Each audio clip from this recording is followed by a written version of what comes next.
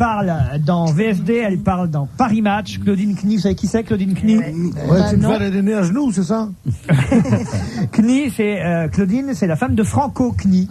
Et Franco Knie, c'est le dompteur qui a réussi à dresser le cœur de Stéphanie, puisque... il était marié, le dompteur. Il est toujours marié et trahi par Stéphanie, abandonné par son mari. Claudine Knie parle dans la presse ce matin. Elle recevait la princesse comme une amie, elle la consolait comme sa fille. Elle a compris trop tard qu'on lui volait l'homme de sa vie. C'est toujours comme ça. Oui, c'est quand même une histoire très ordinaire. C'est quand tu te la donnes pas que ça t'arrive sur la gueule. Si t'es sur tes gardes, mais elle est tellement habituée aux bêtes furieuses, aux bêtes féroces. Hein. Mais elle aurait dû prendre exemple parce que Stéphanie, elle était souvent sur ses gardes. Et vous savez d'ailleurs que Franco Knie prépare un petit numéro de dressage avec les gorilles de Stéphanie. Ça doit être Non, sympa. la bonne femme, elle a quand même pris des risques de la laisser entrer chez elle, amener ses enfants et machin. On sait que c'est une mangeuse d'hommes. Je veux dire, tu prends pas de risques comme ça. C'est comme un mec qui irait s'asseoir les fesses sur les cuvettes de chiottes d'un bordel à Bogota qui s'étonnerait d'avoir des morpions. C'est vrai. C'est vrai, elle prend des risques, elle assume. La comparaison est un peu osée, mais amusante. Surtout que c'est pas sur des cuvettes qu'on attrape des morpions, excuse-moi, ils s'accrochent pas aux cuvettes. Je parle en T'as l'air connaissance de vachement au cause. courant. Non, je parle en connaissance de cause. Au lycée que ça se passe. Moi, il y a tellement longtemps que j'ai passé mon morbac que je me Qui est formidable. On est en train de vous parler d'une histoire d'amour avec ses hauts et ses bas, ses douleurs, cette femme qui souffre, et de quoi vous parlez de Bogota, des morpions. Oui, Mais alors tu arrêtez. vois, les femmes qui souffrent et qui écrivent dans Match, moi, personnellement... Vous pensez qu'elle n'aurait pas dû, comme ça, témoigner la femme non, trompée Être trompée par un dresseur d'éléphant, en plus, c'est quand même pas mal. Hein. Non, mais franchement, elle a l'air... Non, en plus, ils ont un enfant autiste et elle dit, voilà, il me laisse avec mon fils handicapé. Moi, aujourd'hui, qu'est-ce que je ferais à 52 ans avec mon fils handicapé? Tout est fini pour moi, alors que j'avais totalement confiance en Franco et en Stéphanie. Rien n'est fini pour une femme de 52 ans, je la rassure. C'est vrai? Oui, j'ai des... Enfin, tu imagines que dans quelques années, tu pourras la... Mais non, ben oui, non, ben... C'est évident, ma chérie. Non, mais j'ai des amis de 52 ans, rien n'est fini pour elles. Non, le pire, c'est qu'elle se soit remis avec le nain du cirque. Là, ça ferait un truc pour François. J'ai un fils autiste, mon mari m'a trompé, je suis avec le nain du cirque. Là, ça devient... C'est terrible quand même, cette fille, Stéphanie, cette femme, qui finalement se fiche totalement de ce que son père peut penser, se fiche d'être une princesse. Ce qui compte pour elle, c'est l'amour, quel que soit le métier de l'homme qu'elle rencontre. Ça, c'est formidable. C'est le sort de toutes les princesses de tragédie. Ouais. Et bien sûr. Et de tous les princes. C'est justement qu'on ne peut pas... On n'aime pas toujours dans sa caste. Regarde-moi, par exemple. Je demeure dans le 15, hein. Moi, je suis amoureux d'une personne qui vit dans le 12. Hein. Qu'est-ce que je vais faire? Ce qui est formidable dans les phrases sacrée détention. Vous allez, on va dire aux auditeurs de faire le jeu suivant que je fais depuis quelque temps et c'est très amusant. C'est quand Pierre, tu prends la parole, le moment où il y a je, moi, mon qui arrive, en général, c'est entre 5 et 7 secondes. Alors que vous, c'est 10, hein. Non, beaucoup moins, beaucoup moins. Tu te rends compte l'affaire Ducruet quand il pense Madame J'y pense pas Knie, souvent, hein, Madame mais- Knie, Oui. elle devait regarder, suivre les pérégrinations de la princesse et tout. Elle voyait pas le bulldozer qu'elle lui arrivait dedans. Eh oui. Des années après, à cause de cette filoutement. C'est fou la vie quand même. Elle serait encore avec son Ducruet, le Knie serait avec la Knie. C'est terrible. Comme quoi, faut pas rigoler du malheur des autres. non, et puis Parce que Régnier ça qui- peut, c'est nous après qu'on. Attention, là c'est un truc philosophique important que tu viens de nous dire. Il faut pas se moquer du malheur des autres parce Mais que oui. qui sait, hein, Mais alors, oui. qui sait. Qui Bon, sait je prends un exemple. Non, je prends un exemple pour voir si j'ai compris. Bon, tu par exemple dans la rue, il y a un type qui se fait renverser par une voiture. Tu rigoles. Qui sait si, je sais pas, par exemple le lendemain, tu traverses et tu te fais renverser. Hein, c'est un peu ça. Oui, ben, ça Ah, la peut vache. arriver si ça se trouve. Non. Et j'ai l'histoire du mec qui se fait écraser. Il y a un mec Voilà. qui se fait écraser. Christine, elle rigole Ouais. comme une folle. Ouais, Et ça se ben voit la bien. femme du mec, 6 mois après, elle séduit le mari de Christine. Ah ouais. Voilà, C'est c'est incroyable. ça, tu vois. Et C'est là, qui incroyable. c'est qui rigole? C'est le mec qui s'est fait écraser. Bah, non, mais faut bien reconnaître que c'est une aventure étonnante. Oh, c'est pas étonnant. Écoute, franchement, c'est un couple marié depuis 20 ans. Et le pépère, il se tire pour une petite jeune. Attends, alors, t'as ça tous les jours, dans On toutes n'est les jamais à rues, l'abri, moi. dans toutes les villes et dans tous les pays du monde et sans arrêt. Jacques Ramad. C'est vrai qu'on n'est jamais à l'abri, il n'y a pas d'âge pour ça. Je ne sais pas si vous vous rappelez, chez Ménie Grégoire, une fois, il y a une femme qui appelle, qui dit « Bonjour Ménie Grégoire, je vous appelle au sujet de ma mère. » Faut rappeler pour les jeunes auditeurs que Ménie Grégoire était une dame qui donnait des conseils au téléphone aux Sur auditeurs les qui avaient des problèmes de sexe. Attends, il faut rappeler aux jeunes auditeurs que ça se passait sur une station qui s'appelait RTL, qui n'existe plus maintenant, mais qui est tombé avec la station mère, d'accord. Et rappelons que c'était Jacques Ramat qui parlait. Ménie Grégoire dit à cette dame, bonjour madame, que se passe-t-il? Et la dame dit, eh bien Ménie, je vous appelle au sujet de ma mère. Bon, qu'est-ce qu'elle a, votre mère? Ben, ma mère qui a 85 ans et qui est veuve, je viens d'apprendre qu'elle avait un amant. Ah bon? Ah bon. Eh ben, écoutez, c'est pas mal pour ces vieux jours. Ça fait une compagnie. Quel âge a son amant? Il a 88 ans. Ah bon? Bon. Ben, écoutez, c'est très bien pour deux personnes âgées comme ça, la main dans la main, 85, 88 ans. Franchement, je vois pas ce qui vous gêne dans cette histoire. Et l'auditrice, c'est bon, ben, c'est que lui, il est marié. Ah oui, c'est joli. C'est l'amour, comme pour Stéphanie. L'amour, voilà. Mais tout ça vient tout de même de cette présence continuelle de cirque à Monaco. Bien sûr. Moi, je dis, si vous voulez pas chercher d'ennui, n'organisez pas de festival de cirque dans votre ville. Bien sûr. Elle aurait pu finir avec un trapéziste. C'est ce qui est arrivé à Gavarnie l'autre jour.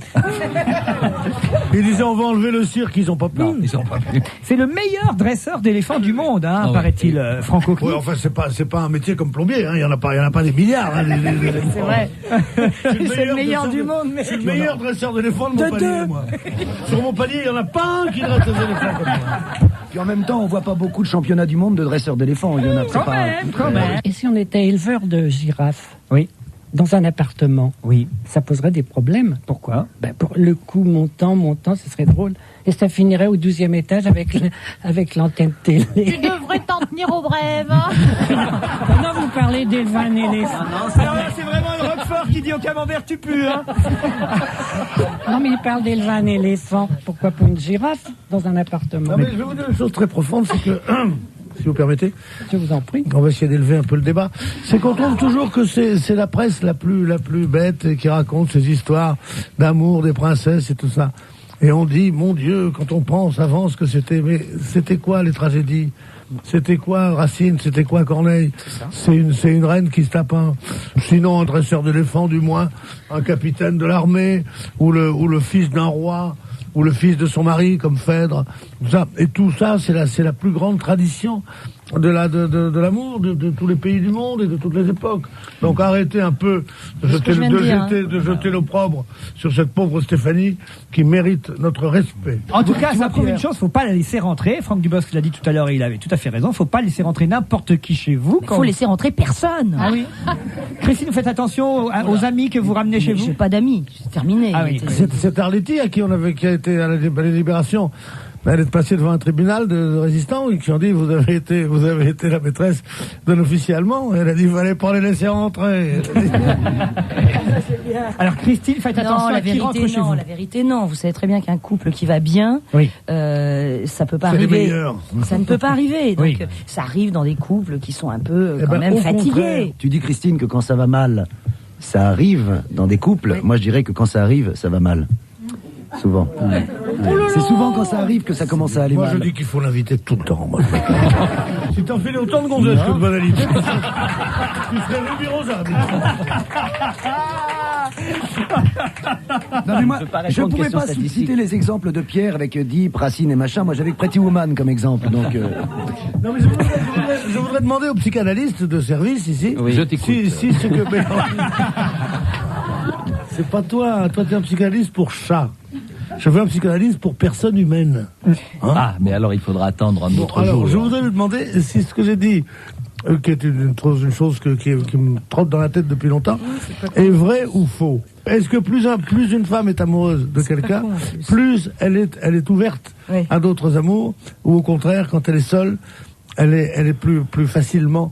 Bah déjà, quand tu es vais te amoureuse et que tu es répondre, gay, tu es énormément sollicité. T'es psychanalyste, toi? Non, mais c'est vrai.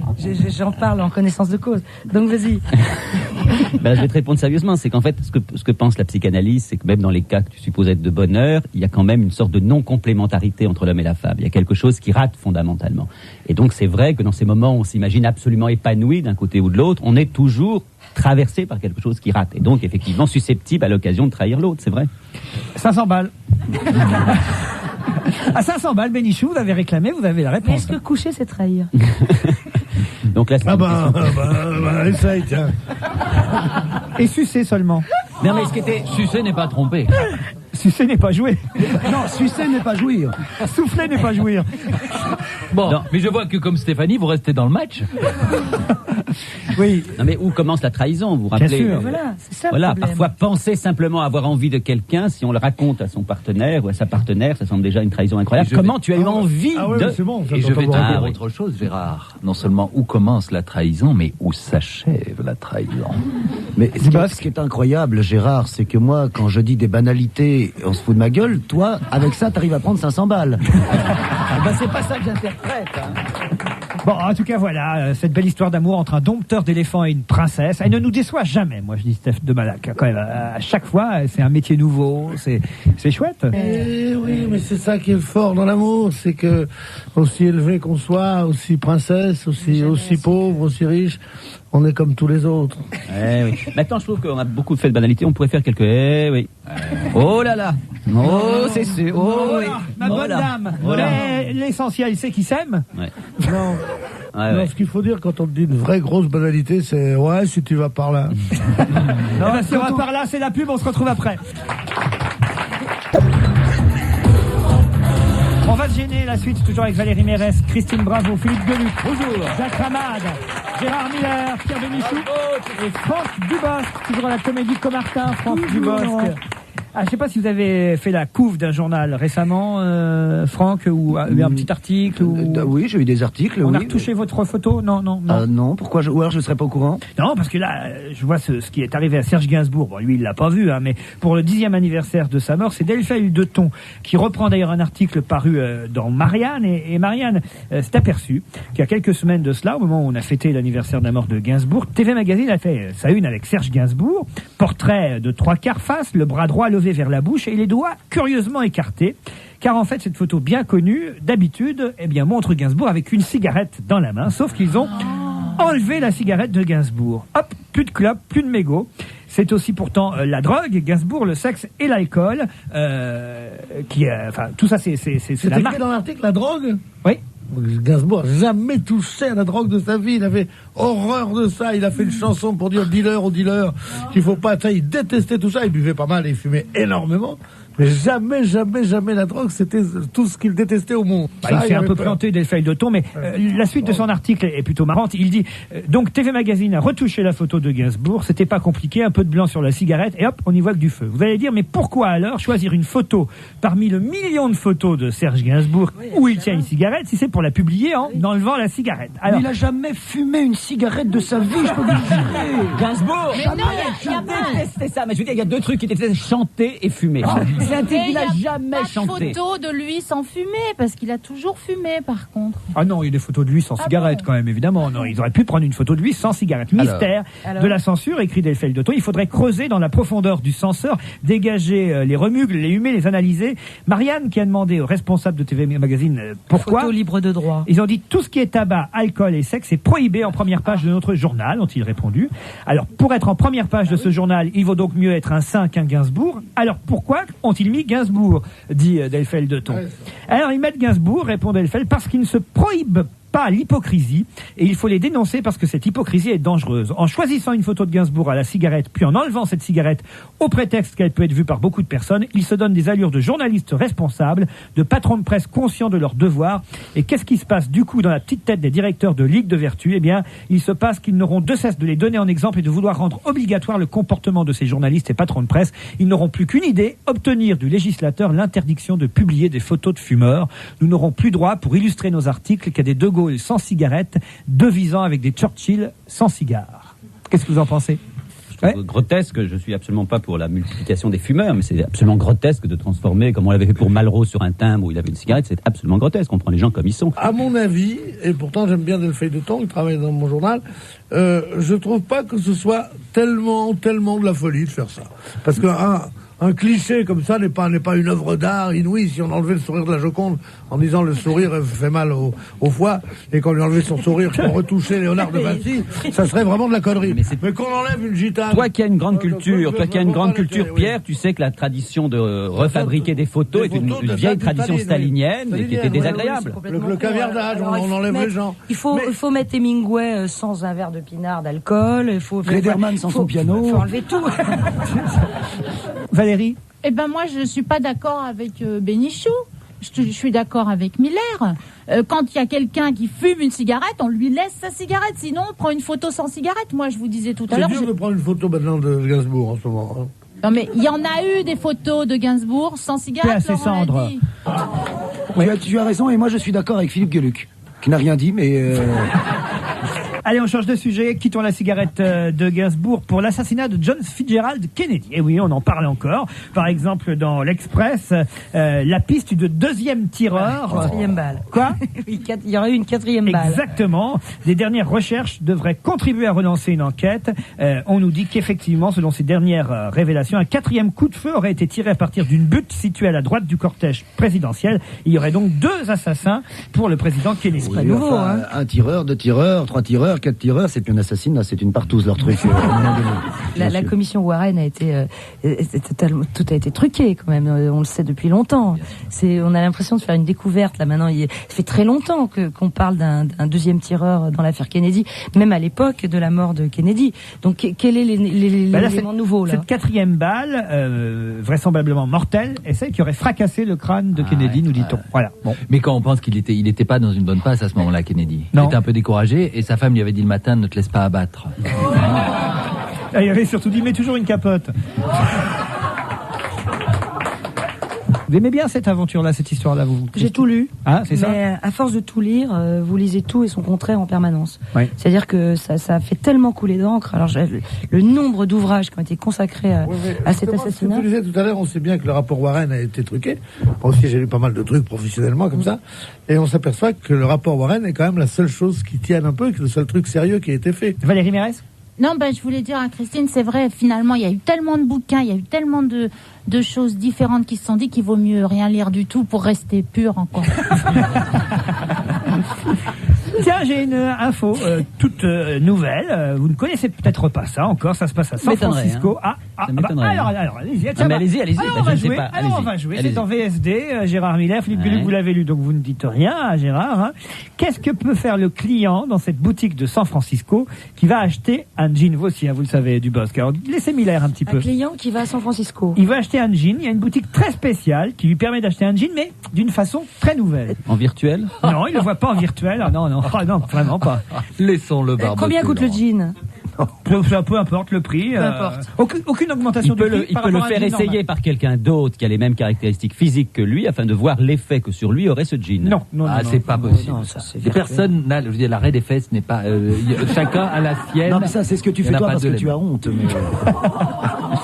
Alors, hein, vous voyez que vous saviez pas, hein, alors je vous le dis, à San Francisco, Levi's a ouvert une boutique où le client peut revêtir son jean et se plonger dans un bain qui moule le pantalon aux formes du corps. La seule façon, selon Levi's, de disposer d'un jean réellement sur mesure. Attends. Non, mais c'est vieux comme les blue jeans de savoir que le grand chic, c'était de prendre un bain de mer. Avec, parce que comme ça, d'abord, il rétrécissait un peu, il se mettait bien à tes mesures, et il prenait cette fameuse teinte. Non, mais cette histoire c'est pas neuf. Mais il n'y a pas besoin d'avoir une baignoire dans une boutique. Non. Tu prends un jeans, tu te pisses dessus, et ça se met à tes mesures. C'est affreux ce que vous venez de dire là. Bah oui, mais ça arrive. C'est scato, hein, vraiment. Ah non, là c'était. C'est pipi caca. C'était pipi.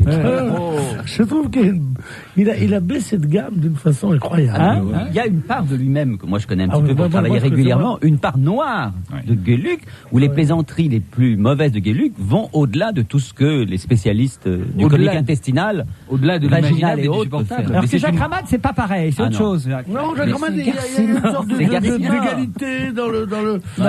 Il y a une sorte de culture du bide. C'est vrai d'ailleurs. C'est exactement ça. Oui, tandis que chez Gueluc, c'est pas pareil. C'est pas une culture du bide, c'est une escalade du fion, quoi. C'est pas.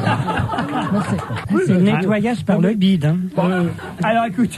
Voilà. Ça c'est pas mal. Voilà. Allez-y, Jacques. Alors, Jean-Luc Delarue a fait sa déclaration de revenus sur 3 exemplaires. Sur un seul, la somme gagnée ne tenait pas. Paris-Marseille en TGV à 300 km à l'heure. En plus de la fièvre afteuse, les vaches auront le torticolis. Les courses de chevaux sur Canal+. On y verra comment enfourcher sa monture le premier samedi de chaque mois. Il est à son meilleur. On continue alors. Aide aux victimes des inondations. Dans un camping de Saône-et-Loire, les campeurs pourront faire du canoë-kayak sans payer de supplément.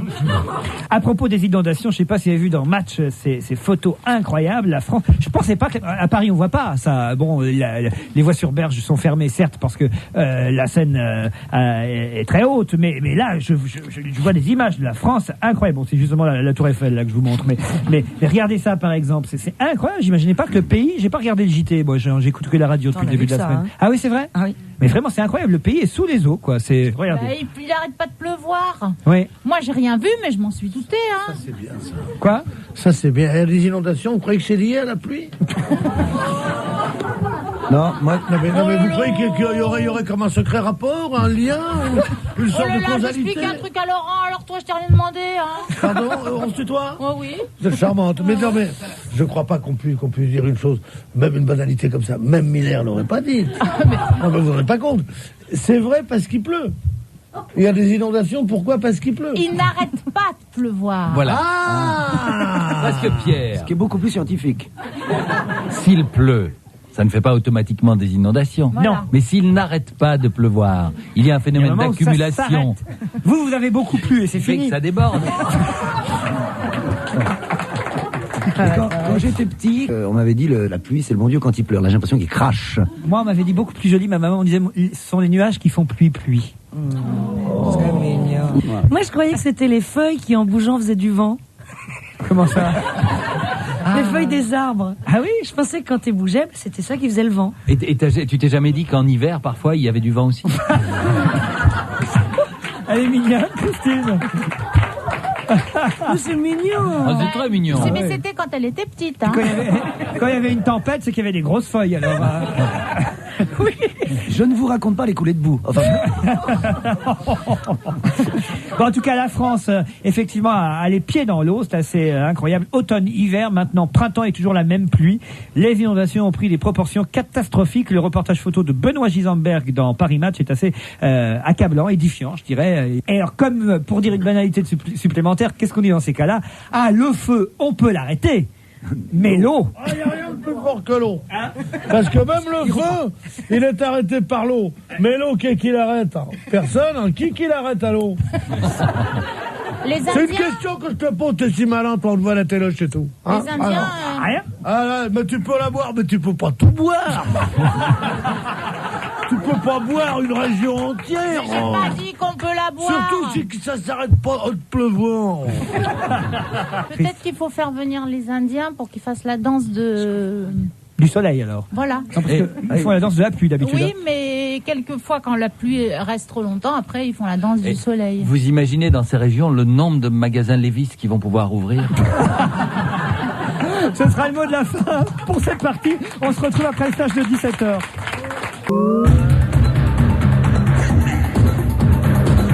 On va se gêner jusqu'à 18h, toujours avec Christine Bravo, Valérie Mérès, Pierre Bénichou, Gérard Miller, Philippe Gueluc, Jacques Ramade et Franck Dubosc. Et au téléphone, le docteur Charles Hagege, qui publie avec son collègue le docteur Giroux, le guide Giroux-Hagege, la 8e édition, c'est aux éditions du Rocher, et ce guide, c'est le guide de tous les médicaments. Si je vous en parle, c'est parce que l'Express, sous la plume de Jean Blanc, monsieur Jean Blanc, ou peut-être madame Jean Blanc, c'est A. Jean Blanc, un ou une journaliste vous a interrogé, docteur. Allô? Allô? Oui, bonjour docteur. Oui, bonjour monsieur Ruquier. Voilà, je disais qu'une journaliste ou un journaliste de l'Express vous a interrogé. Anne-Jean Blanc, je crois, mais c'est du Point. Anne-Jean Blanc. Ah oui, c'est du Point, pardon, c'est pas de l'Express. Merci de rectifier. Anne-Jean Blanc du Point vous a donc interrogé à propos de la sortie de ce guide. Et c'est un guide que je ne connaissais pas, moi, même si c'est la 8e édition, guide des médicaments. C'est-à-dire que c'est un peu le Michelin des médocs, c'est ça? Absolument, c'est un peu le Michelin, le Goemio des médicaments, puisqu'il répertorie les 10 000 médicaments disponibles en pharmacie, qu'ils soient ou non vendus sous ordonnance. Et en fait, ce qu'on a fait, on a noté chacun de ces médicaments par une note de 0 à 20. et on s'est aperçu qu'il y en avait à peine plus de la moitié qui méritait un peu plus de la moyenne. C'est incroyable, je lis ça dans le Poinçon, et c'est pourquoi j'ai envie de vous appeler. 55% seulement des médicaments actuels mériteraient une note supérieure à 11 sur 20. Alors oui, on s'est aperçu qu'il y avait des médicaments complètement délirants, par exemple des antifatigues qui contenaient de l'extrait de cerveau. Or actuellement, l'extrait de cerveau, c'est plutôt déconseillé. Il y a des laxatifs très curieux qui contiennent à la fois un produit laxatif et un produit constipant, c'est-à-dire que ça augmente le volume des selles, mais les selles restent à l'intérieur. Quel casse-tête pour Gueuluc. Vous avez des produits contre la toux qui augmentent le volume des sécrétions et qui en plus vous empêchent de les faire sortir, donc ça vous noie en fait. Bon, mais donc, alors pour nous résumer, quel médicament conseillez-vous pour ce week-end? Alors écoutez, non, je vais pas donner de nom de médicaments. D'abord, ça dépend tout à fait de ce que vous avez. Ah bon. Sur les 10 000 médicaments, donc il va falloir choisir celui qui est le plus approprié aux symptômes que vous avez, et peut-être même ne pas prendre de médicaments. Parce que comme on l'a mis dans le livre, il y a une description des symptômes de 400 symptômes, et on vous dit s'il faut ou non vous preniez un médicament sans ordonnance, et ou s'il faut que vous alliez voir un médecin. Moi je vois par exemple la Pastirénie, on connaît tout ça, la fameuse Pastirénie, non? Pas oui, vous, oui. Christine? C'est pour les maux d'estomac. Voilà. On suce une Pastirénie de temps en temps, parce que je sais pas, voilà, on a des maux d'estomac. Alors, elle est plutôt bien notée, elle 12 sur 20. Oui, ce n'est pas un mauvais médicament, c'est un médicament qui... Le pansement, la Pastirénie, non? Alors, il n'y en a que 12, d'autres médicaments du même type ont des notes plus meilleures. Genre Phosphalugel, genre tout ça, ouais. Malox. Phosphalugel a une note un petit peu plus importante, le Malox aussi. Docteur Agès, c'est Pierre Bénichou qui vous parle. Je voudrais vous poser une question. Oui, monsieur. Vous êtes médecin, vous n'êtes pas sans savoir la nocivité de tels ouvrages. Vous vous rendez compte, d'abord, ça favorise l'automédication. Ensuite, ça donne des avis sur les médicaments sans savoir les symptômes de chacun. Comme personne n'est moins sûr de son symptôme que le malade lui-même, et que tout le talent du médecin, c'est l'interrogatoire, comme vous le savez. Est-ce que vous n'allez pas donner une mauvaise note, par exemple, à un médicament qui est tout à fait indiqué pour une personne? Et celui-là, vous allez le truc. Et ensuite de ça, qui me dit que les laboratoires ne sont pas un petit peu intéressés par ce genre de choses, et que vous n'auriez pas subi des pressions? Vous avez quoi pour l'hypertension à conseiller? Malheureusement, nous n'avons subi aucune pression des laboratoires, parce que sinon, je pense qu'il y aurait eu beaucoup plus de meilleures notes que les notes que nous avons attribuées. On dirait le Tour de France. Qui ont 0 sur 20. Attendez, moi il y a un truc pareil. L'ultralvure. L'ultralvure. Ça ne sert strictement à rien. Je parle comme Bénichou. On m'a souvent dit que j'avais la voix de Bénichou. Oui, vous parlez. J'ai l'impression d'entendre Bénichou là. Du Miller 3 fois par jour. Dites, l'ultralvure. On a tous eu une prescription où il y avait un jour de l'ultralvure. Pas vous, Christine. Alors, quelle note? L'ultralvure 4 sur 20. 4 sur 20, ça ne sert à rien, vous dites, et en plus c'est remboursé par la Sécu. Mais oui, mais ça ne sert à rien. Maintenant, si vous voulez le prendre, vous pouvez le prendre. Mais ça ne sert strictement à rien. C'est pas vrai que ça sert pas à rien. Moi, le matin, quand je suis dans mon lit, je prends une cuillère de levure et ça m'aide à me lever. Prenez le levure, n'achetez pas l'ultralvure. L'ultralvure, c'est un médicament qui coûte beaucoup plus cher que la levure. Mais dites-moi, c'est intéressant. Le Prozac, 18 sur 20 le Prozac. Oui, alors là, ça m'intéresse. Oui. Le Prozac. Parce que j'ai lu, le Prozac est un antidépresseur. Oui. Et dans les effets secondaires, il y a écrit risque de dépression. Alors ça m'a fait flipper totalement. Il y a risque de dépression lorsque, éventuellement, vous arrêtez trop brutalement le traitement. Ah, mais pourquoi c'est un bon médicament, ça? Parce que c'est un médicament qui a prouvé son efficacité dans la dépression, dans des dépressions d'ailleurs qui ne sont pas forcément des dépressions très importantes, mais dans un grand nombre de dépressions, et qui est très bien toléré, donc c'est un bon médicament. Ouais, les gens qui en prennent du Prozac, je leur donne pas 18, moi. Et alors, un médicament qui, lorsqu'on l'arrête trop brusquement, comme vous dites, provoque un certain nombre d'effets, c'est pas ce qu'on appelle l'accoutumance, et l'accoutumance, ça ne mérite pas éventuellement une note un peu moins forte pour un médicament? Non, parce que la plupart des médicaments provoquent une accoutumance, même ceux qui n'en provoquent pas, monsieur Miller, vous le savez bien, puisque même un médicament qui n'a pas d'activité, si on a cru pendant longtemps qu'il avait une activité, lorsqu'on l'arrête, on en manque. Oui, sauf que le problème du Prozac, comme vous le savez aussi bien que moi, c'est que c'est un médicament qui a l'air de couvrir énormément de pathologies, qui est donc distribué à tort et à travers. Alors, et vous donnez c'est un autre problème. 18 sur 20 à des médecins qui ont fait avec ce médicament le sentiment d'avoir un médicament miracle. Pourquoi nous avons donné 18 sur 20? C'est une réponse à une souffrance. Nous avons considéré que le médecin faisait bien son travail, et j'espère bien qu'il le fait bien, et donc il a prescrit le Prozac à quelqu'un qui en avait besoin. Donc nous n'avons pas noté la prescription du médecin, on note le médicament lui-même. Gueuluc. Oui, moi je voudrais saluer d'abord le génie de la programmation de Laurent Ruquier, qui n'a pas invité Isabelle Mergo aujourd'hui, parce que pour interroger le docteur Agege, elle n'aurait pas été la mieux placée. Je voulais vous poser une question. On comparait votre guide au Michelin, mais on sait que dans le Michelin, les inspecteurs vont goûter la cuisine de tous les restaurants. Comment ça se passe dans le cas de médicaments? Ah oui, c'est vrai ça. Est-ce que vous les essayez sur vous ou sur quelqu'un d'autre? Non, on les a pas tous goûtés, bien sûr. Ceci dit, bon, moi je suis médecin, mais surtout le professeur Giroux, qui est le co-auteur, est expert à l'OMS sur les médicaments. Il fait aussi partie de l'agence du médicament qui délivre les autorisations de mise sur le marché. Donc je pense qu'il est tout à fait apte à donner des notes aux médicaments, puisque c'est ce que fait l'agence du médicament. Franck, votre bouquin a l'air très intéressant. Est-ce que vous comptez en faire un film ou une comédie musicale?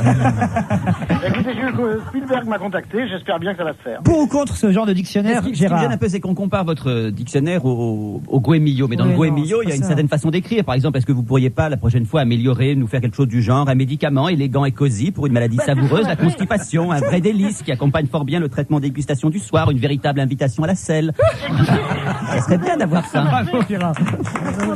Attendez, vous trouvez normal qu'il y ait 75% des Français qui un jour ou l'autre rentrent dans une pharmacie pour acheter un médicament sans savoir s'il achète une daube ou un médicament efficace, sans savoir s'il peut le prendre ou non avec les médicaments qu'il prend déjà, et sans connaître les éventuels effets indésirables que le médicament peut donner. Mais le pharmacien est là pour ça. Non, oui. Et le médecin encore plus. Le pharmacien peut vous interroger sur vos hémorroïdes lorsque vous allez acheter un anti-hémorroïdaire. Juste, Pierre, à la défense de monsieur, il y a des médicaments là-dedans. On parlait du Prozac tout à l'heure. De toute façon, même si on va chez le pharmacien pour l'acheter tout seul, on ne l'aura pas.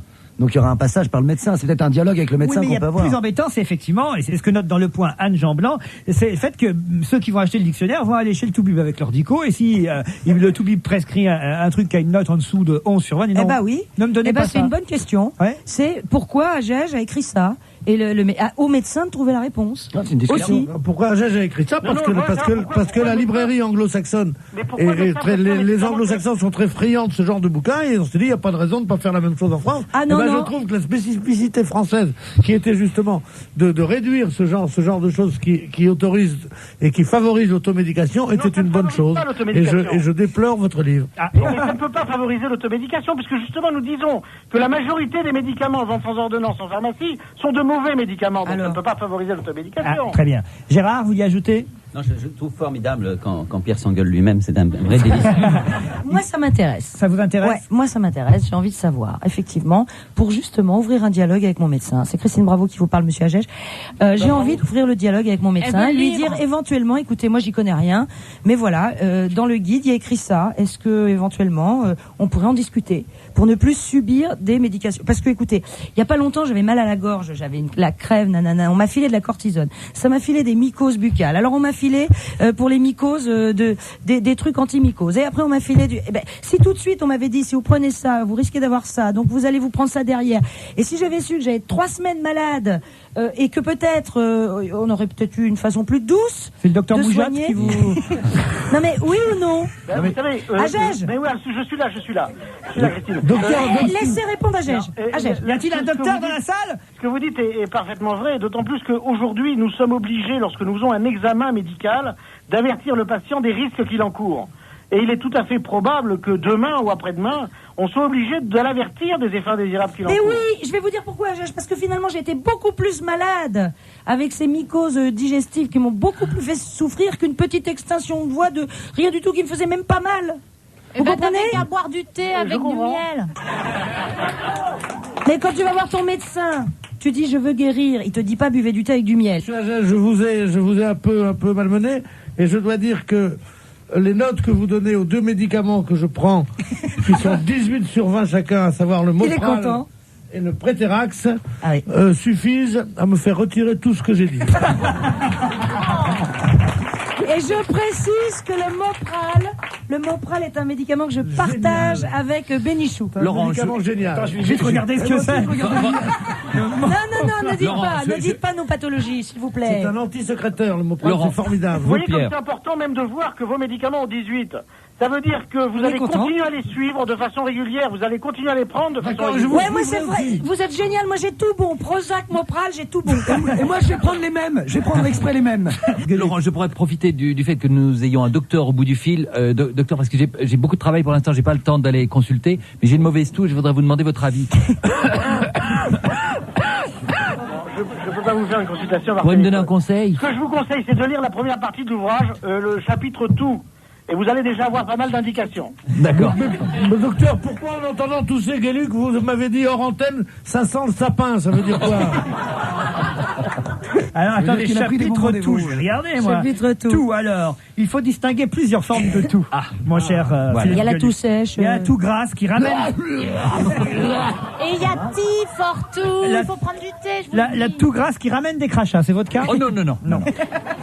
La toux sèche et douloureuse qui peut persister lors de la période de déclin de l'épisode grippal et qui se auto-entretient du fait de l'irritation qu'elle provoque. C'est peut-être ça. Écoutons. La toux cœur qui Et la toux à l'égout, tu l'as? La toux des fumeurs.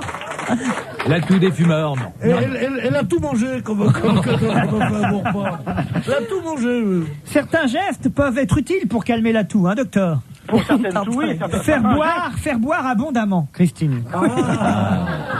De l'eau. S'assurer que l'atmosphère est bien humidifiée à un degré de 60 à 80%. Ah bah là, ça va, là, en ce moment. Oui. Elle est humidifiée, l'atmosphère. Hein. Tu sais pourquoi? Parce qu'il pleut. Parce qu'il pleut sans arrêt. Il n'arrête pas de pleuvoir, ça continue comme ça va être inondé. Votre pharmacien peut vous conseiller à propos de votre toux, a besoin de réponses aux questions suivantes. Quand votre toux a-t-elle débuté, Gueluc? Oh, mais il y a 2 minutes. Bon. Est-elle survenue le matin après l'effort, après le repas? Non, il y a 2 minutes. Et je vous dis, il y a 2 minutes. Au goûter. Fumez-vous? Non. Des autres polluants de l'environnement, peut-être? À Paris, non, ça m'étonnerait beaucoup. Oh. Avez-vous craché du sang? Oui, régulièrement. je vais tous les matins chez mon charcutier qui prépare un boudin, je ne vous dis que ça. Êtes-vous asthmatique? Non plus depuis quelques... Êtes-vous hyper tendu à côté de Valérie Mérès? Sûrement. Moi, Docteur, oui. On vous doit combien? Oh, rien pour vous. Au revoir, merci. Au revoir. Au revoir, merci. Franck, c'est pas bien ce qu'il fait, il y a le mien, il est à 10 sur 20, dis donc. c'est quoi? L'extra naze pour la voix. Mais je m'en fous, il me fait du bien. Extra naze, on avait... C'est un critique de Télérama qui t'avait surnommé comme ça. Vous connaissez bien ton médecin? Non. Bah, naze, c'était le mot d'argot pour la syphilis. Ah oui? Oui, on disait il a le naze. Ah bon, et depuis, naze, c'est devenu tout ce qui est pas bien. Puisque la syphilis, c'était une maladie très répandue à l'époque. Et pas bien. Pas bien. C'est rigolo un dictionnaire de médicaments parce que les noms sont incroyables. C'est génial, c'est que Bénichou et moi on est hyper contents d'avoir des médicaments qui ont des bonnes notes. Ah bien sûr, moi. La différence c'est que Ramad et moi on est contents de pas en prendre. N'empêche, le mien il a 10 sur 20, il a la moyenne. Oui, mais enfin il passe sans mention, tandis que nous on la mention très bien. Allez, on se retrouve après la pub.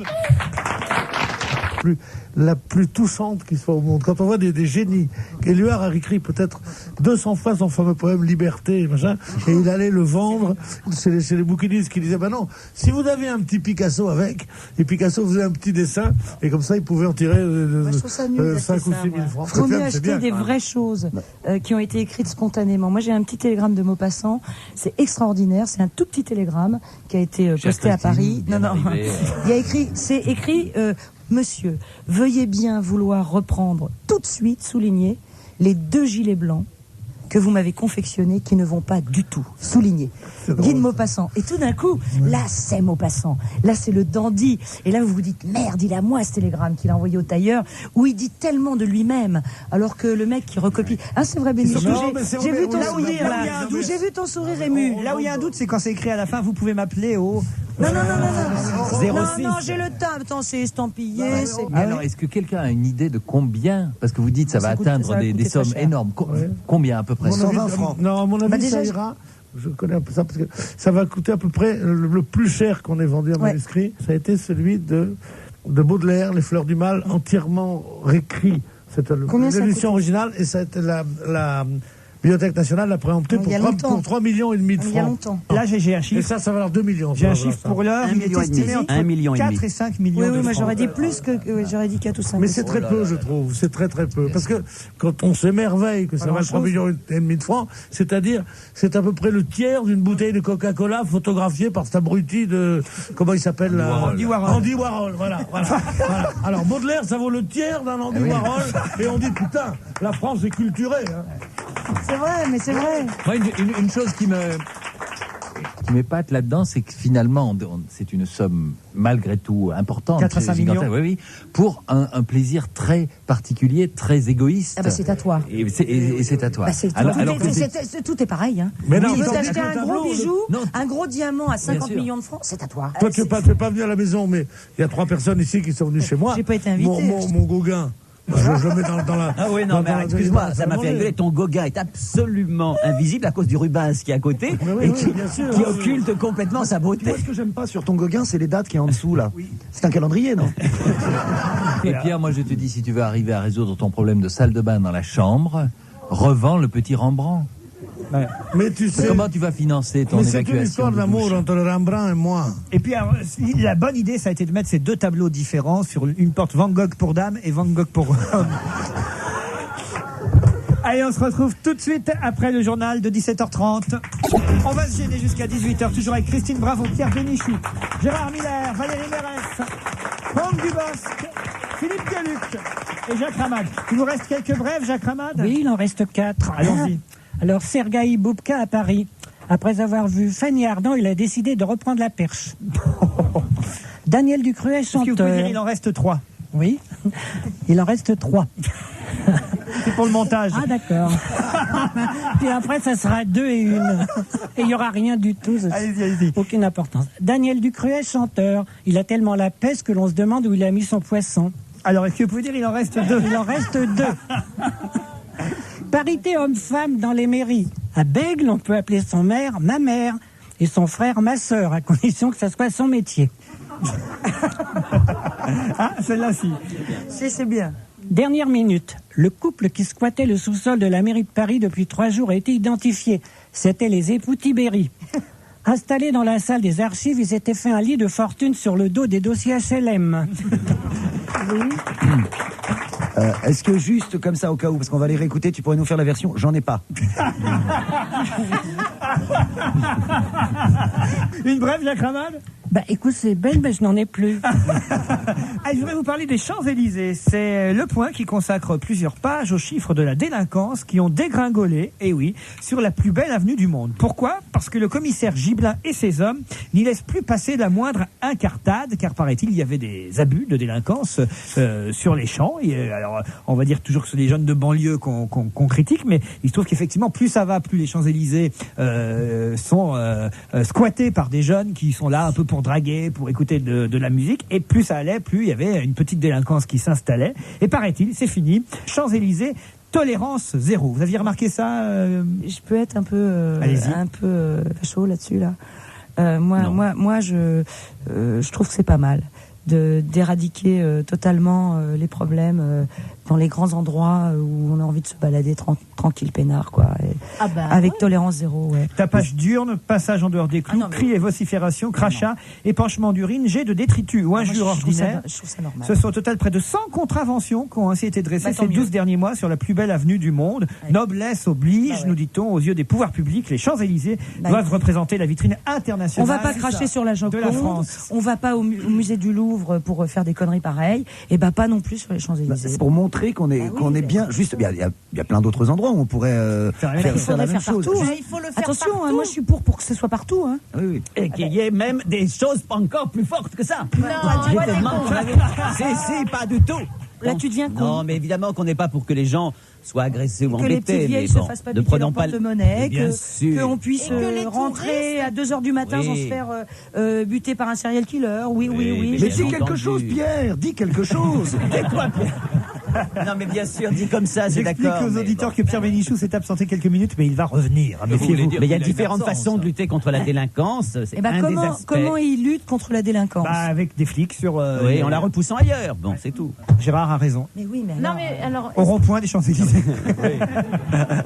Alors, est-ce que vous risquez, les amendes si vous faites des trucs sur les Champs-Élysées, que vous êtes pris par un flic? J'ai fait des trucs, justement. Alors, par exemple, souillure de la voie publique par crachat, Christine. Ah non. Ah non, jamais. Enfin, Je crache déjà, pas. déjà 250 francs. Je trouve ça normal. Enfin, pourquoi les gens cracheraient dans la rue? Jacques Ramad. Oui, un soir, quand j'habitais boulevard de Rochechouart, je rentrais chez moi vers minuit. Il y a un type qui pissait sur ma porte d'entrée. Ah oui. Alors, tu sais, je vais voir ce que tu vas voir. Je lui tape sur les épaules. Le type se redresse. Il faisait 2 mètres de haut. Une espèce de grand noir. Je lui dis non, continuez, j'entrerai après. Bon, moi, je propose, écoutez, nous sommes quand même de bons camarades. Je propose de délier Pierre de sa promesse. Maintenant, Pierre, tu peux parler, vas-y. Non, mais il n'était pas là. Attends, continuez. Donc, on crache, c'est 250 balles, je trouve ça normal. On fait pipi, c'est 250 balles. Continue les prix. Injure, 250 francs aussi. Injure? Oui. Cris et vocifération sur la voie publique, tapage d'urne, 3000 francs maximum. Alors là, c'est scandaleux, là, tapage d'urne. Et nocturne, 3000 francs aussi. Alors là, c'est complètement con, là. C'est pas la peine de se lever la nuit si c'est le même prix. Moi, j'ai fait pipi dans la rue, je l'avais déjà dit, j'ai eu une amende de 1000 francs pour épanchement d'urine sur la voie publique. 1000 balles, c'est pas 250, je me suis fait avoir, moi. Moi, j'adore beaucoup à Paris, mais arrêtez, enfin. Mais à Paris, tu marches. À Paris, tu vois pas énormément de. Mais t'es dégueulasse, toi. Pourquoi vous adorez pisser dans la rue? Parce que t'arrives chez toi, c'est déjà fait, quoi. Ah, mais j'adore. Et vous savez que les gitans, même milliardaires, qui ont des appartements avenue Foch, choses comme ça, tu es là, tu dînes, et si tu as envie de faire pipi, la chose la plus mal élevée au monde, c'est de demander où sont les toilettes. Tu dois dire, je m'excuse 5 minutes, tu descends dans la rue, tu pisses dans la rue. Pourquoi? Parce que ce sont des restes de la culture de la roulotte. On pisse pas dans une roulotte, forcément. Mais attends, c'est la guerre du feu, ton truc. On a qu'à aussi tous aller niquer dans les rues, comme à la guerre du feu pendant les... Non, mais tu rigoles ou quoi? Moi, je suis allé chez Pierre, c'est comme ça, chez Pierre. Ah bah, tu plaisantes. Tu dis pas, attends, je vais Pierre, niquer. Tu crois pas que t'arrives avec des fleurs, t'arrives avec un bison que tu tiens par la peau. Ah bah, chez Pierre, c'est comme ça. Et chez Pierre, tu demandes même pas de descendre dans la rue, tu pisses dans le salon. Et le pire, c'est que si t'as pas craché dans le plat, c'est que t'as pas aimé. Non, et puis on te donne de la viande, on te donne un gros morceau de viande, tu t'assois dessus, et comme ça, elle cuit, comme on racontait les Gaulois qui mettaient de la viande. C'était les 1. Moi, j'ai connu un 1, 2, 3, qui était très gentil, qui revenait de la guerre. C'était un 1, 2, 3, qui revenait du combat. Mais si tu rentres chez lui, tu pètes. Tu rentres pas chez moi, toi. Tu rentres chez lui. Les ordures, ça rentre pas chez moi. Les ordures, c'est dehors. Tu rentres chez lui, tu pètes, il te dit merci, c'est gentil. Ouais, parce que je suis poli. Je suis atterré, je n'ose plus intervenir dans cette conversation.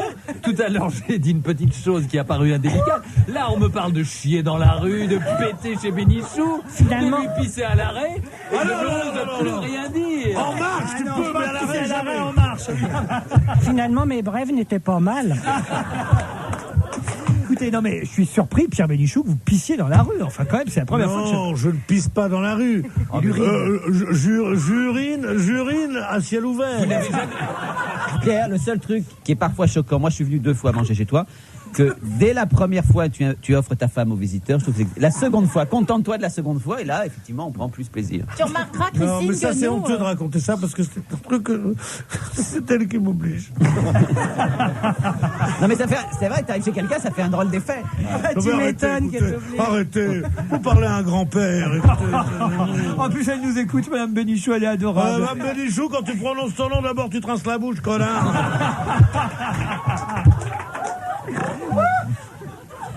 Tiens, je voudrais vous parler de Garou.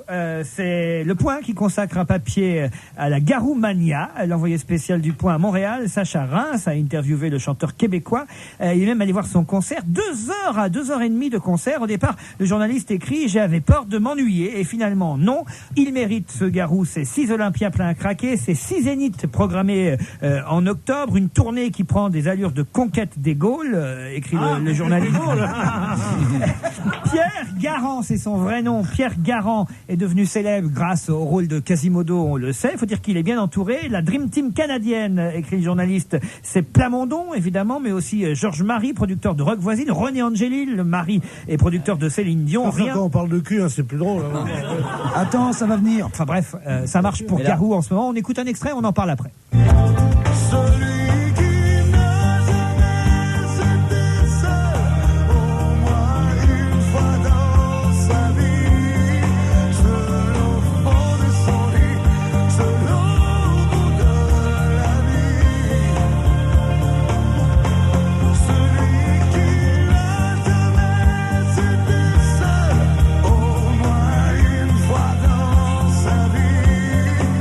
J'ai quand même les chiffres, hein. 900 000 albums vendus en 3 mois, 900 000 exemplaires de ce premier album. C'est la première fois qu'il fait un album solo en France.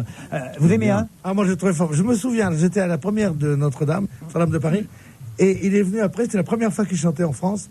Et tout le monde il jouait Quasimodo, on le trouvait absolument formidable. Et il était timide, il a dit, mais vous croyez que ça serait bien en France et tout. Il n'y croyait pas du tout, il a une voix absolument formidable. Il est inquiet, il dit aux journalistes, je suis inquiet, la progression est trop rapide, mon but est de durer longtemps, pas de monter si vite. La seconde, c'est mon physique, j'ai été élu plus bel homme connu du Québec, ça m'énerve. Alors, il est beau? Non, mais moi je connais le Québec. C'est rigolo parce qu'il est pas mal et effectivement il a joué Quasimodo, c'est ça quand même qui est assez étonnant. Et qu'est-ce que vous avez dit du Bosque qui fait hurler de rire? Non, c'est juste, vous avez dit qu'il avait été élu le plus bel homme du Québec et vous avez dit, est-ce qu'il est vraiment beau? J'ai dit non, mais moi je connais le Québec. Moi aussi. Et alors? Bah alors, il est pas mal, ouais, pour un Québécois. Non, mais je veux dire, les Québécois sont... Non, mais... Il y en a un derrière la vitre, là. Allez, venez, Québécois, là, venez vous défendre. Oui, ah bah, c'est celui-là, là. Ah bah, c'est bien ce que je dis. Non, lui, je confirme.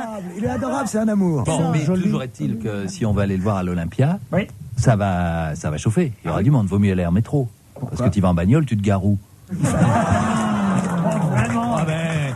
Il faut parfois savoir poser les vraies questions. Garou sera à l'Olympia les 2, 3, 4, 14, 15 et 16 avril prochains. Sa tournée achevée, il reviendra au Zénith les 5, 6, 7, 9, 10 et 11 octobre. Les dates sont j'ai pas noté, merde, attends. Allez, c'est n'importe quoi. On se retrouve avec Monique Pantel après la pub. Il me reste Christine Bravo, Gérard Miller, Pierre Bénichou, Philippe Gueluc, Jacques Ramade, Franck Dubosc. Et comme chaque vendredi vers 6h moins 10, vous le savez, elle est là, pendue à son téléphone, impatiente de nous livrer ses avis, ses commentaires sur les films sortis depuis mercredi, Monique Pantel. Ouais. Quel succès. Eh ben, vous n'allez pas être fiers de moi. Hein. Pourquoi? Parce qu'aujourd'hui, c'est Zizi. Comment ça, c'est Zizi? Eh ben, c'est Zizi. Moi, je donne la bite d'or au film de Patrice Chéreau. Ah, parce que vraiment, c'est ça, hein. Ah oui? Ah oui, vous l'avez vu? Non, le film Intimité. Oui, c'est d'un ennui total. Et je me suis raccrochée à la belle queue de l'acteur. Ah. Et il paraît que c'est pas la sienne en plus. Comment ça? Quand on la voit vraiment, c'est celle d'un ardeur des films porno. Ah, vous l'avez reconnu qu'il a doublé encore une fois. Ouais. Mais elle est vraiment belle, hein. Merci Monique. Les femmes ne redit pas, je me suis raccroché à la bite. Avec moi, vous avez des précisions, au moins vous apprenez des choses. Est-ce qu'il marche ce film, Intimité, sorti mercredi? Oui, il marche pas trop mal. Pas trop mal. Donc il y a la queue devant et dedans le cinéma. Patrice Chéreau, il y a des critiques qui ont aimé quand même ce film Intimité. Des critiques ont adoré. Ah oui. Ah, ils ont adoré. Bah, il a eu un prix, hein. 3 étoiles. Mais ça veut rien dire les prix. 3 étoiles dans Studio, l'histoire d'une relation sexuelle et ses implications. Patrice Chéreau signe un film magnifique et inspiré. Première, plutôt aimé aussi, Intimité, même si on ne comprend pas tout très bien. Dit, c'est un peu confus. Bon. La critique aussi est très confuse. Hein. Ce qui fait la réussite de ce film, disent-ils dans Première, c'est Jean-Jacques Bernard qui l'écrit, c'est qu'on est toujours rattrapé par ses sentiments et c'est cette dimension tragique et quotidienne qui fait de ce film une réussite. Ah, bon. Si tu vas par là, c'est sûr ça. C'est ennuyeux, mais c'est quand même, il a du talent, le petit, hein, oui. Le Patrice Chéreau. Il aurait eu un vrai sujet, il aurait peut-être fait un bon film. Bon, mais malheureusement, c'est la grande demande, il n'y a pas de scénario. Vous ne le conseillez donc pas? Monique, non, pas du tout. Monique, vous êtes la seule à avoir osé lui décerner la bite et je vous trouve très droite pour ça. Qui c'est qui m'a dit ça? Je ne connais pas la voix. C'est Franck Dubosc. Ah, bravo. Mais si vous aviez la photo c'est la vedette de la Comédie Comartin tous les jours à 21h. Oh, mais je sais, 20h30. 20h30, on peut y aller aussi. On attend une demi-heure, c'est bon. Dites-moi, le grand triomphe de la semaine. Ah, c'est quoi? C'est incroyable. C'est un film que mes chers confrères ne sont pas allés voir. C'est La Tour Montparnasse infernale. Ça a battu, plus que battu, le Disney. Alors ça vous dit quelque chose quand même. C'est super, je trouve. C'est super, hein, Christine? Ah oui, parce que Eric et Ramsey, je les trouve très drôles. Oh, moi, je les trouve extra. Alors, je suis allée à la Projo, la queue entre les pattes, en me disant, je vais m'emmerder, et le rire est arrivé, j'ai ri du début à la fin. Alors, c'est vrai que les critiques sont très partagées sur ce film. Le studio a plutôt aimé. Le Canard enchaîné dit que c'est un film catastrophe que les non-adeptes de l'humour crétin des deux Lascars trouveront forcément catastrophique. Mais pas du Moi, tout. je me suis marrée, moi. Pas du tout, moi, je me suis marrée. Une comédie navrante pour Libération. Le Figaro dit que La Tour Montparnasse infernale manque de hauteur, d'humour ou plus simplement de dialogue. C'est un très bon film, et moi, je vais les prendre pour me laver les carreaux. Alors, la seule critique, moi j'ai trouvé la bande-annonce formidable, ça m'a donné très très envie d'aller le voir, et quelqu'un m'a dit, mais c'est exact, que ce qu'il y avait de meilleur c'était la bande-annonce, que tout était dans la bande-annonce. Et moi j'ai pas vu la bande-annonce, j'ai vu que le film. Moi j'ai vu la bande-annonce et j'avoue que ça passe très très vite. Elle est formidable, on voit pas le temps passer. Non, mais le film est drôle. Oui, il est très drôle. Vous conseillez donc Eric et Ramsey, Ah oui, c'est adorable. C'est très mignon, c'est les bons qui triomphent et les méchants qui vous voyez, c'est bien quoi, c'est ce que j'aime. Et signalons aussi la présence de Marina Foïs qui fait partie des Robins des Bois, comment on dit? Marina Foïs. Foïs, très bien. Ils jouent bien, ils sont drôles, on suit l'histoire, on fait que demander de plus. Luc, vous y ajoutez? Oui, je meurs d'envie d'aller voir ce film, mais je vais d'abord aller voir le film avec Vincent Lindon. Ah, alors allons-y, le film avec Vincent Lindon, c'est Mercredi, folle journée de Pascal Thomas. C'est aussi avec Isabelle Carré et Isabelle Candelier. Comment vous avez trouvé ça? Eh ben, j'ai trouvé ça charmant, sans plus. Bon. C'est plein de charme et d'excès. C'est un film donc de Pascal Thomas que j'adore comme tout le monde, on l'adore tous. Et il a voulu montrer que ce sont les enfants qui sont plus sages que les parents. Oui. C'est un film à la gloire des enfants. Et c'est vrai, les enfants sont très mignons, mais il y a une scène en trop. C'est pas à peine que je vous la dise. Moi j'ai vu le film, je trouvais formidable, et les dialogues de François Caviglioli sont très très bons. Hein. Un film drôle, beau, émouvant sur l'enfance et ses petits tracas, écrit studio, 3 étoiles. Mercredi, folle journée, dans Première, ils disent que ça tire parfois en longueur, mais en tout cas, il y a effectivement un flot de réparties amusantes et quelques jolis plans de cinéma, écrit Christophe Carrière. Bon, voilà, alors. Et puis il y a des très bons comédiens. Voilà. Et la ville de Nantes est superbe, que vous connaissez bien. C'est vrai que ça a été tourné à Nantes. C'est très beau. Exact. Et il paraît que Lindon est formidable. Il est très... toujours. Alors lui... Comme toujours. Toujours, hein. Avez-vous vu le dessin animé Kuxo, l'empereur mégalo? Évidemment que je l'ai vu. Alors? Mais... Oui, mais... La mémé n'a pas adoré. Hein. Voilà. Mais pour les enfants peut-être aussi. Mais les enfants non plus. Ah bon? Parce que ils ont été comme moi. Cusco, l'empereur mégalo, il est trop méchant trop longtemps. Ah bon? Il est trop con trop longtemps.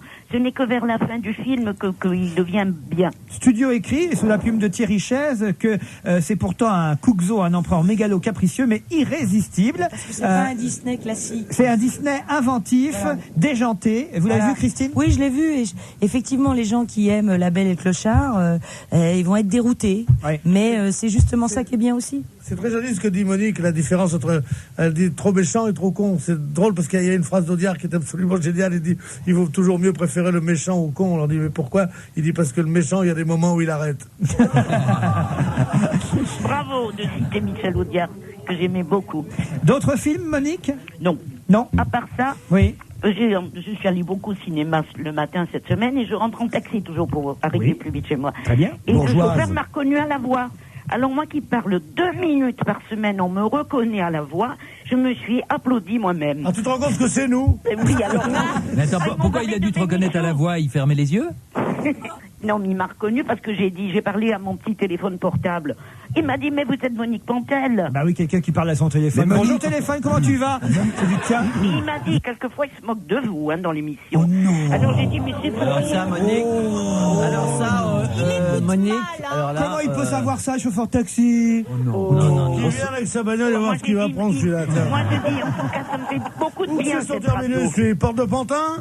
Qu'est-ce que vous disiez, Monique? Et j'ai dit, cette radio me fait beaucoup de bien, ça me fait du bien partout. Mais oui, il faut passer souvent des radios, Monique, de plus en plus souvent.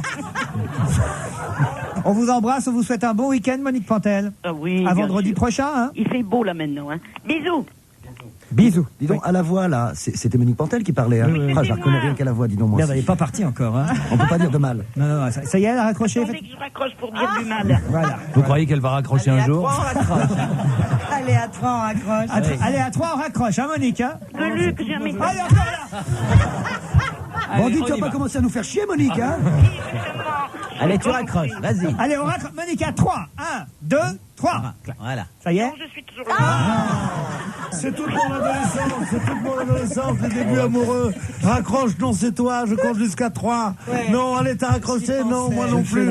Et ça dure jusqu'à 4 heures du matin. Et c'est vrai aussi au moment de la ménopause. Pas de ménopause, moi. Ah oui, moi je faisais ça sur des lettres. Allez, je ferme l'enveloppe. Non, allez, c'est toi. Non, c'est moi. Monique, vous êtes toujours là? Oui. 1, 2, 3. Allez, bye. Elle est partie? Ah bon? Ou bien alors elle a dit aïe en se coinçant le doigt en raccrochant. Oh, elle est chiante cette vieille. D'autres films, d'autres livres à conseiller avant le week-end. J'aime bien cette petite tradition du vendredi. Si vous avez des choses à proposer à nos auditeurs, Gérard. Alors moi, un très joli livre que je conseille partout, un livre à la fois de photos et un livre super d'illustration qui s'appelle Révolution au pluriel, qui depuis la Commune de Paris montre toute une série de photos des grandes révolutions avec des textes très malins, et c'est aux éditions Hazan, H-A-Z-A-N, et c'est vraiment très très beau comme livre. Monique, c'est pas parce que vous dites rien qu'on sait pas que vous n'êtes pas là. Hein. Valérie, pas un bouquin, une chanson, un spectacle? En ce moment, je sors pas beaucoup parce que je déménage. En plus, t'as vu le temps qu'il fait? Mais je fais les paquets, je finis les travaux, je déménage dans une maison qui est pas finie. Non, mais avec ce temps-là, tu vas friser, hein, si tu commences. Allez, on vous remercie, on vous souhaite de toute façon un bon week-end. Dimanche soir après 18h, le best-of de l'émission. Et on se retrouve à 9h moins le quart lundi matin, bien sûr, avec Julie. Ou alors à 16h30 avec les autres, quoi, jusqu'à 18h. Bye bye, bon week-end.